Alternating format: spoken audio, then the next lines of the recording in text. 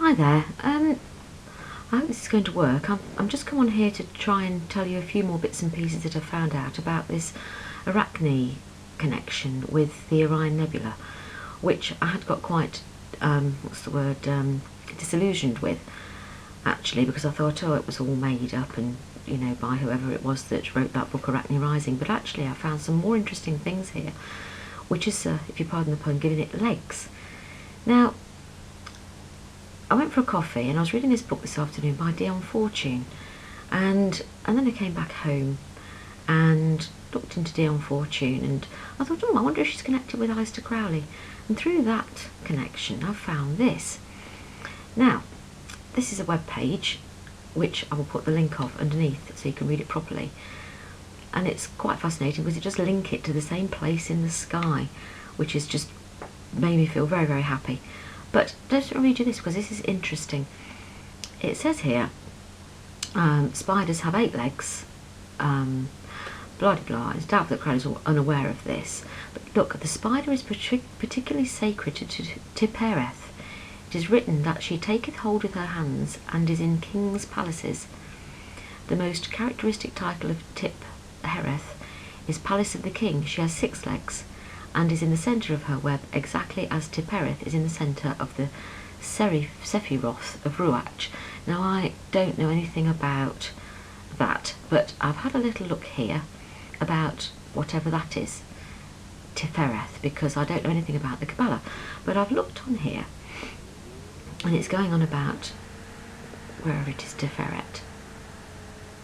As I say, these two forces respectively are: Tiferet is the force that integrates the Sephira of Kaishad, compassion, and Goeva, overpowering. These two forces are respectively expansive, giving, and restrictive, receiving.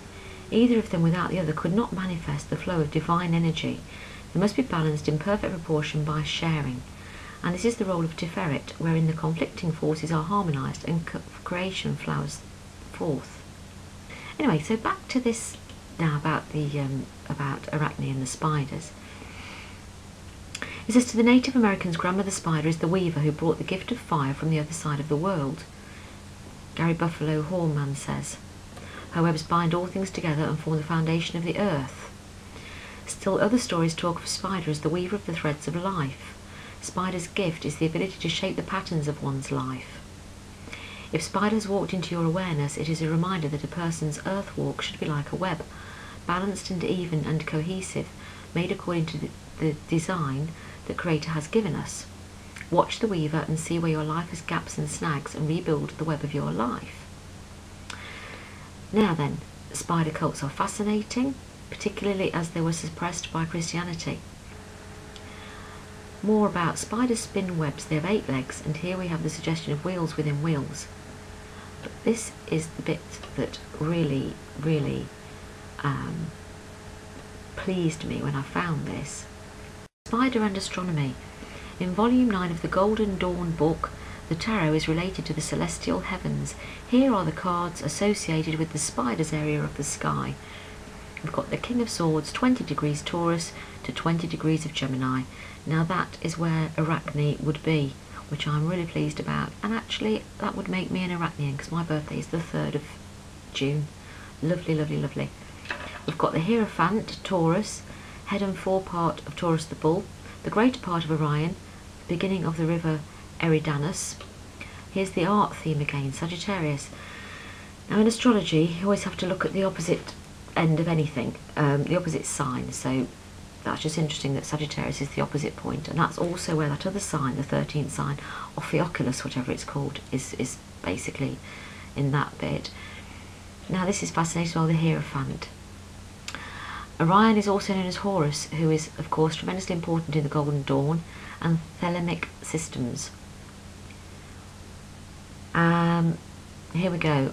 Orion, Osiris was God. The constellation was not a symbol of God, it was God, God's physical place or appearance. In the same way that Sirius in Canis Major was the dwelling place of Isis, the effects of precession caused the god to slip lower and lower in the sky. The constellation Orion managed to rise for roughly 2,000 years, but the Egyptians knew that their immortal god was moving into the whirlpool, taking the journey across the water as he slipped into the underworld. And this is quite interesting. All this is more stuff about Orion, constellation of Taurus, and the whole thing. So there you go. Anyway, if anyone's interested, I just thought I'd just do this little, hopefully not too waffly video to put together for you another connection about the whole thing. Okay, thanks then. Bye.